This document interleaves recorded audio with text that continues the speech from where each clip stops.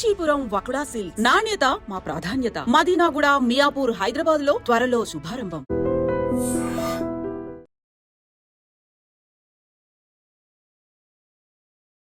అందరికీ నమస్కారం. నేను Swaroopa Potlapalli. Welcome to trending topic. Senior IPS officer VC Sajjanar betting apps మీద అలాగే వాటిని ప్రమోట్ చేస్తున్న వారి మీద నిప్పులు చెరుగుతున్నారు.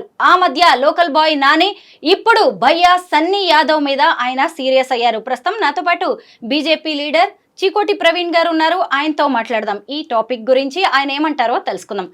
నమస్తే ప్రవీణ్ గారు. జై శ్రీరామ్. ముఖ్యంగా మీరు చెప్పండి, ఈ బెట్టింగ్ యాప్స్ అనేవి జనాలను ఎలా నాశనం చేస్తున్నాయి, ఎలా వారి జీవితాలను ఇన్ఫ్లుయెన్స్ చేస్తున్నాయి అంటారు? బెట్టింగ్ యాప్ల వల్ల ముఖ్యంగా యువత మొత్తం సర్వనాశనం అయిపోతున్నారు. యాప్స్ ఇప్పుడు ఆన్లైన్లో ఇప్పుడు తెలంగాణ గవర్నమెంట్ బ్యాన్ చేసింది. అయినా కూడా వీళ్ళు విపిఎన్ సెట్టింగ్స్లోకి పోయి సమ్ చేంజెస్ చేస్తారు. టెక్నికల్గా నాకు కూడా బోర్డ్స్ తెలియదు, చేసి ఇక్కడ నుంచి ఆడడం జరుగుతుంది. సో వాడికి 100 రూపాయలు ఉంటే 100 రూపాయలు డౌన్ అప్లోడ్ చేస్తాడు. డైరెక్ట్ బ్యాంక్ సిస్టమ్, మనం బ్యాంకులో ఇవ్వచ్చు, బ్యాంక్ వెళ్ళి విత్డ్రా చేసుకోవచ్చు. సో వాడు ఏ కేటగిరీ అని కాదు, అన్ని కేటగిరీలు లీస్ట్ నుంచి డైలీ వేతనం అంటే కూలీ నుంచి తీసుకొని కోట్ల రూపాయల వరకు జరుగుతుందండి. సో దానివల్ల జీవితాలు మొత్తం నాశనం. గవర్నమెంట్కి రెవెన్యూ, మనీ లాండరింగ్ లాంటి హవాలాలు ఇట్లాంటివన్నీ కూడా ఇల్లీగల్ కార్యక్రమాలు జరుగుతాయి. ఈ డబ్బు మళ్ళీ మీద పోయి ఎక్కడికి పోతుందో మరి, దానివల్ల టెర్రరిస్టుల ఇన్వాల్వ్మెంట్ కూడా ఉండొచ్చు. సో ఒక లేయర్స్గా పైకి వెళ్తుంది డబ్బు. సో దానివల్ల రేపు ఇండియాలో ఎట్లాంటి అసాంఘిక కార్యక్రమాలకు కూడా ఆ డబ్బు ఉపయోగపడుతుంది. సో ఇది రూట్ లెవెల్లో కట్ చేసుకుంటూ రావాలి. రూట్ లెవెల్లో కట్ చేయాలంటే అంత ఈజీ కాదు. దీనికి సపరేట్ పోలీసింగ్ వ్యవస్థ ఉండాలి, గట్టి చట్టాలు, పీడీ యాక్ట్ లాంటివి అమలు చేసే పరిస్థితి ఉండాలి. ఇక్కడ పీడీ యాక్ట్ చేస్తారని చెప్పి ఈ బేస్ అంతా కూడా దుబాయ్లో పోయి సెటిల్ అవుతున్నారు. వాడు దుబాయ్లో సెటిల్ అయ్యి అక్కడ నుంచి ఆపరేట్ చేస్తారు. సో ఏది ఆపరేట్ చేసినా మాన్యువల్ ఆపరేషనే ఉంటుంది, లేదా అడ్వర్టైజ్మెంట్స్, ఇప్పుడు టెలిగ్రామ్స్లో ఇవన్నీ ఉన్నాయి. ఈ టెలిగ్రామ్ లాంటి యాప్లలో బాగా ప్రమోషన్స్ చేస్తారు. సో వాటిపై గట్టి నిఘా పెట్టాల్సిన అవసరం మన ఇంటెలిజెన్స్పై ఉంది. లేకపోతే మాత్రం రేపు డ్రగ్స్ ఎంత డేంజరో ఇది కూడా అంత danger. This sort of gambling వాడు టిప్స్ మీద ఉంటుంది కదా. వాడు ఎక్కడైనా కూర్చొని ఆడొచ్చు, వాడు ఇంట్లో తెలియకుండా బాత్రూంలో కూర్చొని కూడా వాడు ఆడుతున్నాడు, డబ్బులని బుడగొడుతున్నారు. దీనివల్ల ఇండైరెక్ట్గా ఇంట్లో దొంగతనాలు చేస్తారు పిల్లలు, ఇండైరెక్ట్గా బయట కూడా దొంగతనాలు చేయొచ్చు, చెడు వ్యసనాలకు పోవచ్చు, ఇంకేదైనా. ఎందుకంటే ఇప్పుడు డబ్బు అంత స్పీడ్గా బుడగొట్టిన డబ్బు రికవరీ చేసే చక్కర్లో యూత్ బాగా ఎనర్జెటిక్గా ఉంటారు. సో ఆవేశం ఎక్కువ ఉంటుంది యూత్లో. సో వాడు దాని ఎఫెక్ట్స్ ఏంది, బ్యాక్ ఏమైనా చేస్తే తప్ప ఆలోచించలేని పరిస్థితిలో కూడా ఉంటారు. దానివల్ల ఆత్మహత్యలు అవుతున్నాయి. దానివల్ల వేరే వారిపై కూడా మీకు హత్యాయత్నాలు జరగవచ్చు, దొంగతనాలు జరగవచ్చు. సో ఆ ఒక్క దానివల్ల సమాజం చాలా ప్రాబ్లం అవుతుంది. ఇప్పుడంతా కూడా సెల్ ఫోన్లలోనే జరిగిపోతున్నాయి. ముఖ్యంగా బెట్టింగ్ కట్టడాలు కావచ్చు, ఆన్లైన్ ట్రాన్సాక్షన్స్ అన్నీ కూడా చీటింగ్ అయినా కానీ పోలీసుల వరకు వెళ్లే పరిస్థితి కూడా లేదు. దాంతోనే చాలా మంది సూసైడ్ చేసుకుంటున్నారు. ఆల్రెడీ ఈ ఫోన్ల వల్ల ఎంతో మంది చీటింగ్ అవుతారు. స్కామ్లలో వాడి ఓటీపీలు షేర్ చేసి, ఓటీపీల లింకులు టచ్ చేసి అవే. ఇది ఇంకో రకం ఇది. సో దీన్ని కట్టడి చేయాల్సిన, దీనికి మ్యాన్ పవర్ లేదు మన డిపార్ట్మెంట్లో. సో మ్యాన్ పవర్ దీనికి ఒక సపరేటే పెట్టాలి, దీనికి ఒక డిపార్ట్మెంటే పెట్టాలి. సో ఇది ఇక్కడ నుంచి కాదు, ఇండియా లెవెల్లో చేస్తేనే అవుతుంది. ఇది దీనిపై ఈడీ కూడా నిఘా పెట్టాలి, సిబిఐ లాంటి సంస్థలు కూడా, దర్యాప్తు సంస్థలు కూడా నిఘా పెడితేనే ఇప్పటి నుంచి చేస్తే కొన్నేళ్ళకి కంట్రోల్కి వస్తుంది. లేకపోతే దీనికి ఆపెట్టోడే లేడు. నిజంగా బెట్టింగ్ యాప్స్ వల్ల ఎంత నష్టం జరుగుతుందో పోలీస్ ఆఫీసర్గా సజ్జనార్ గారికి తెలుసు కాబట్టే ఆయన దీన్ని చాలా సీరియస్ గా తీసుకున్నారు.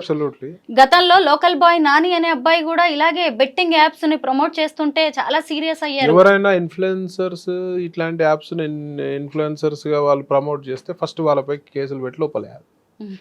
మళ్ళీ కూడా ఇన్ఫ్లుయెన్సర్ రానికి భయపడాలి.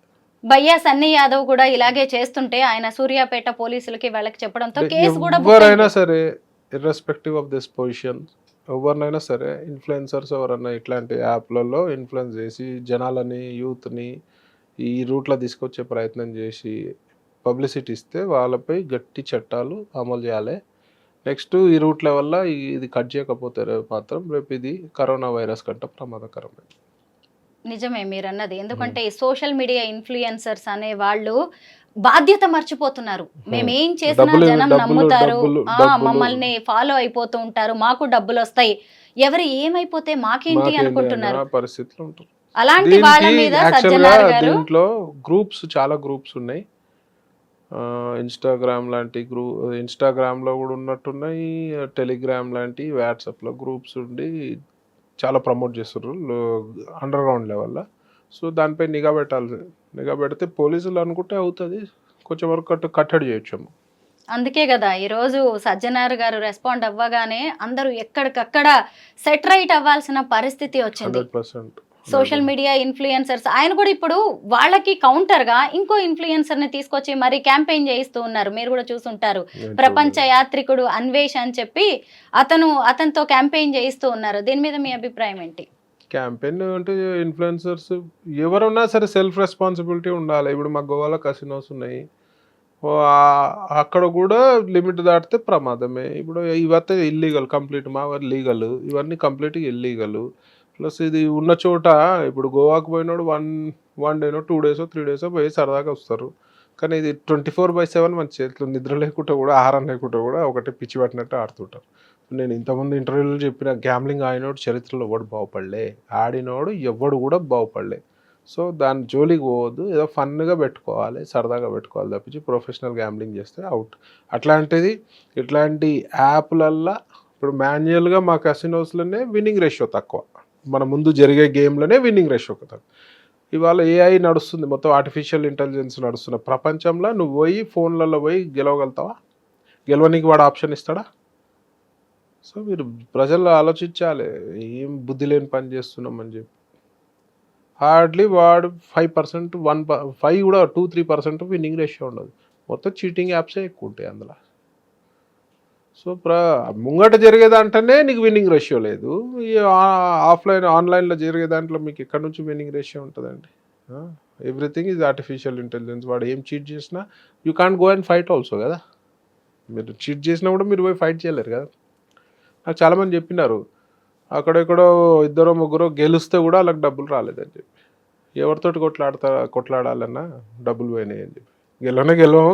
గెలవకోసారి గెలిచినాము, డబ్బులు పోయినాయి అని చెప్పి. So you have to be very careful.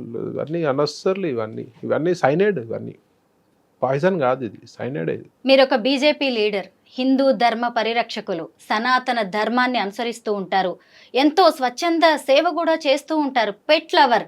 ఇంత ట్రాక్ రికార్డ్ మీకున్నా గానీ చికోటి ప్రవీణ్ అనే ఒక పేరెత్తగానే ముందుగా క్యాసినో కింగ్ అని అంటూ ఉంటారు. దీన్ని మీరు ఎలా తీసుకుంటారు? ఎలివేట్ అక్కడ నుంచి అయింది కదా, ఈడీ రైట్స్ నుంచి నేను ఎలివేట్ అయినా కదా. సో కొంచెం మరకా ఉంటుంది కొంచెం అది. So what ever I'm doing is a legal business. So అందులో పర్మిషన్స్ తోటి, గవర్నమెంట్ పర్మిషన్స్ తోటి లీగల్గా ఉన్న బిజినెస్. బట్ కొంచెం మరక ఉంటుంది కదా. సో నేను అవన్నీ కేర్ చేయను. ఎండ్ ఆఫ్ ది డే నాకు హిందుత్వం ముఖ్యం, గో సంరక్షణ ముఖ్యం, ప్రకృతి సంరక్షణ ముఖ్యం, జీవాల సంరక్షణ ముఖ్యం. మనం ఎవరైనా ఇబ్బందులు అంటే చాతనైనంత మన లిమిట్లో హెల్ప్ చేద్దాం. సో మన కాన్సెప్ట్ అది. ప్రవీణ్ గారు, ఇప్పుడు బెట్టింగ్ యాప్స్ అన్నా కానీ ఈజీ మనీ, చాలా తొందరగా డబ్బులు వచ్చేస్తాయి, అలా పెట్టి ఇలా కూర్చునే డబ్బులు సంపాదించవచ్చు అని అనుకుంటారు. అలాగే క్యాసినో కావచ్చు, జూదం లాంటివి కూడా దాదాపు అలాగే ఉంటుంది. చాలా మంది మైండ్ సెట్ అదంతా కూడా మైండ్ గేమ్. తప్పది, చాలా తప్పది. కూర్చుంటే ఈజీగా ఏం మనీ రాదు. ఈజీగా వచ్చేది ఉంటే అందరు అదే పని చేస్తారు కదా, ఎవడు కష్టపడ్డు కదా. డైలీ లేబర్ చేసే వాళ్ళు కూలీవాడు కూడా నాకెందుకు హ్యాపీ కూర్చొని అలా కూర్చొని తినొచ్చు అనుకుంటారు కదా. అది కాదు, దేని కష్టం దానికుంటుంది, దేని హెడేక్ దానికుంటుంది. ఈజీ మనీ పోయి నేను గ్యామ్లింగ్ చేసి రేస్లు ఆడి, పేకాట ఆడి, క్యాసినోలు ఆడి, ఆన్లైన్ గేమింగ్లు ఆడి నేను గెలుస్తా అనేది మాత్రం భ్రమ. ఒక్కసారి గెలిస్తే 100 సార్లు ఓడిపోతారు, విన్నింగ్ రేషియో ఉండదు. సో దాని జోలికి పోకపోతే యూత్ బాగుంటుంది. ఇది డ్రగ్స్ లెక్క మహమ్మారి, ఇది కూడా అడిక్షన్, విపరీతమైన అడిక్షన్. సో దాని జోలికే పోవద్దు మీరు ఎవరు కూడా. యూత్కి అదే చెప్తా, ఎక్కడ కూడా గ్యామ్లింగ్, డ్రగ్స్, గంజాయి జోలికే వెళ్ళకుండా అని చెప్తాను. చికోటి ప్రవీణ్ గారు జీవితంలో ఎన్నో ఒడిదుడుకులు ఎదుర్కొన్నారు, కష్టపడి బిజినెస్లు చేశారు, అక్కడ నష్టాలు చూశారు, సినిమాల్లో నటించారు, సినిమా నిర్మాతగా మారారు. నేను ఎప్పుడు అయినా సరే సినిమా నిర్మాతగా ఎప్పుడు చేయలేను. లేదా సినిమాలతో అయితే మీకు మంచి రిలేషన్ ఉంది, ఒక అయినా 2 సరే అక్కడ movies లో సక్సెస్ అవ్వలేకపోయారు. అంటే అది ప్యాషన్ గా నాకు ఆఫర్ వస్తే చేసిన, నేను పోయి ట్రై చేసింది కాదు. విత్ ఇన్ సర్కిల్ లో ఒక సినిమాలో మెయిన్ విలన్ చేసి, ఇంకో సినిమాలో సెకండ్ థర్డ్ విలన్ చేసినాం తప్పించి సరదాగా. తప్పించి I never tried for a movies. ఎప్పుడు కూడా నేను యాక్టింగ్ చేస్తాను కూడా నేను ఎప్పుడు కూడా ట్రై చేయలేదు. ఇట్లా పోతుంటే ఆఫర్ వచ్చింది అంతే. ఈ రోజు చికోటి ప్రవీణ్ అనే వ్యక్తి ఇంత పవర్ఫుల్ వ్యక్తిగా, ఇలా సక్సెస్ఫుల్ వ్యక్తిగా, ఈరోజు ఆయన విజయగాథలు కూడా నలుగురు చెప్పుకునేలా ఈ పరిస్థితికి మీరు వచ్చారు. లేదు అంటే సెలబ్రిటీస్ కూడా మీతో ఫొటోస్ దిగే రేంజ్కి మీరు వచ్చారు అంటే దాని వెనుక కారణం ఏంటంటారు? కారణం అంటే ఎథిక్స్. ఎథికల్గా ఫస్ట్ ఎథికల్గా ఉంటాము. సెకండ్ భగవంతుని నమ్ముతాం, ఎవరికి అన్యాయం చేయొద్దు. Being in to gambling field నేను ఇంటర్వ్యూస్లో చెప్పాను, రాకుండా బాబు మీరు ఆడకుండా, నాకు డబ్బులు వచ్చి మీరు ఆడిపోయి బాధపడవద్దు, సరదాగా ఎప్పుడైనా వస్తే రండి తప్పించి. ఈవెన్ నా ఫ్రెండ్ సర్కిల్ కూడా ఒకటే చెప్తా. ఓ ఫ్రెండ్ ఒకసారి ఫోన్ చేసి నన్ను అడిగినాడు, నాకు ఫుల్ లక్ నడుస్తుందిరా, క్యాసినోకి వస్తా, సమ్ చిప్స్ చెప్పు నాకు అని. అరే నీకు బ్యాడ్ లక్ ఉందిరా అన్నాను. ఎందుకంటే నీకు ఆలోచన వచ్చిందంటేనే నీకు బ్యాడ్ లక్ స్టార్ట్ అయినట్టు. కసినోకి వచ్చి ఆడి గెలుస్తా అనే ఆలోచన వచ్చిందంటే నీకు బ్యాడ్ లక్ స్టార్ట్ అయినట్టు. సో ఈ డబ్బులో వచ్చి గ్యామ్లింగ్ ఆడతా అని మాత్రం రావద్దు. వస్తావా, తిను, తాగి, ఎంజాయ్ చేయి. సో ప్రొఫెషనల్ గ్యామ్లర్స్ ఇప్పుడు మీరున్నారు, గోవా వెళ్తారు సరదాగా, 10,000 డబ్బులు పెట్టి ఆడి పోయినా బాధలేదు. ఒక ట్రిప్కి వచ్చినాయా పోయినాయా సరదా 1-2 అవర్స్ ఎంజాయ్ చేసినామని 10 లక్షలు పోతాయి, 1 కోటి పోతాయి, 2 కోట్లు పోతాయి, 3 కోట్లు పోతాయి, జీవితాలే పోతాయి. సో దీని ఇంకా 150 అబద్ధాలు ఆడాలి, మళ్ళీ డబ్బులు కవర్ చేయడానికి మళ్ళీ ఏదో వర్క్ చేయాలి. ఇప్పుడు ఇంట్లో 100,000 కోట్లు ఉన్న వాళ్ళు ఎంతమంది ఉంటారు? సో ఇంకోటి గ్యామ్లింగ్లో ఎన్నైనా సరిపోవు మీకు. కొండలు పోతాయి, అరిగిపోతాయి, హిమాలయాలు కూడా పోతాయి. సో గ్యామ్లింగ్ అనేది నిప్పుతో చెలగాటం లెక్క. సో చాలా జాగ్రత్తగా ఉండాలి. సరదాగా తీసుకుంటే ఏం కాదు. ప్రొఫెషనల్లో అయితే once you are professional you are out. నేను కూడా ఒక టూరిస్ట్గా గోవా వెళ్ళాను, బిగ్ డాడీ క్యాసినో చూశాను, క్రూజ్ క్యాసినో చూశాను. అసలు అదొక ప్రపంచం అంతే, డిఫరెంట్ ప్రపంచం. ఆ ప్రపంచం కోసం పదే జనం వస్తూ ఉంటారు. అక్కడికి వచ్చి లాభం పడిన వాళ్ళకంటే నష్టపోయే వాళ్ళు కూడా చాలా మంది ఉంటారు. గోవా లాంటి క్యాసినోలో 10-15% విన్నింగ్ రేషియో ఉంటుంది. అలాంటి వాళ్ళకి మీరు ఏం చెప్తూ ఉంటారు? చాలా మంది చాలా డబ్బుతో వచ్చేసి వెళ్ళే వాళ్ళు ఉంటారు కదా. మీ ఇంట్లో 10 లక్షలు ఉంటే 10,000 20,000 ఆడురా బాబు అని చెప్తారు. Just time pass. కానీ ఇన్నర్గా దట్స్ వై ఇట్స్ కాల్డ్ వ్యసనం. నిజమే. మేము కూడా డబ్బులు చాలా కొడగొట్టుకున్నాం ఆడి, చాలా విపరీతం డబ్బులు కూడా. మాకు చెప్పేవాళ్ళు లేరు. ఇప్పుడు నేనే చెప్తున్నా, ఎంతమందికి చెప్తున్నా వద్దురా బాబు అని. బీయింగ్ ఏంటో ఐఎమ్ ఆపరేటర్, నేను బిజినెస్ చేసుకుంటే చెప్తున్నా అంటే మీరు అర్థం చేసుకో. ఎవరు చెప్పరు కదా, దట్ ఈస్ చికోటి ప్రవీణ్. ఎవరు అయితే రండి ఏం కాదు రండి అంటారు. ఓపెన్గా చెప్తున్నా, ఎవడు చరిత్రలో గ్యామ్లింగ్ ఆడినాడు ఎవడు బాగుపడలే. Let it be race, let it be cricket gambling, let it be casino, let it be online game, let it be any gambling. మా దాంట్లో ఒకటి ఉంటుంది, చెప్పినోడు అవుట్, ఇన్నోడే బాగుపడతాడు.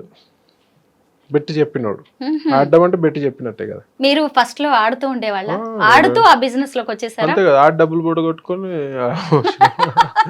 అంటే పోగొట్టుకున్న చోటే మళ్ళీ గెలిచి చూపిద్దాం అనుకున్నారా? 100%. అట్లా అందరికి ఎంతమందికి అవకాశం వస్తుంది, లక్ ఎంతమందికి లక్ ఉంటుంది. నేను తెలివే అని చెప్పాలి, లక్ అంట.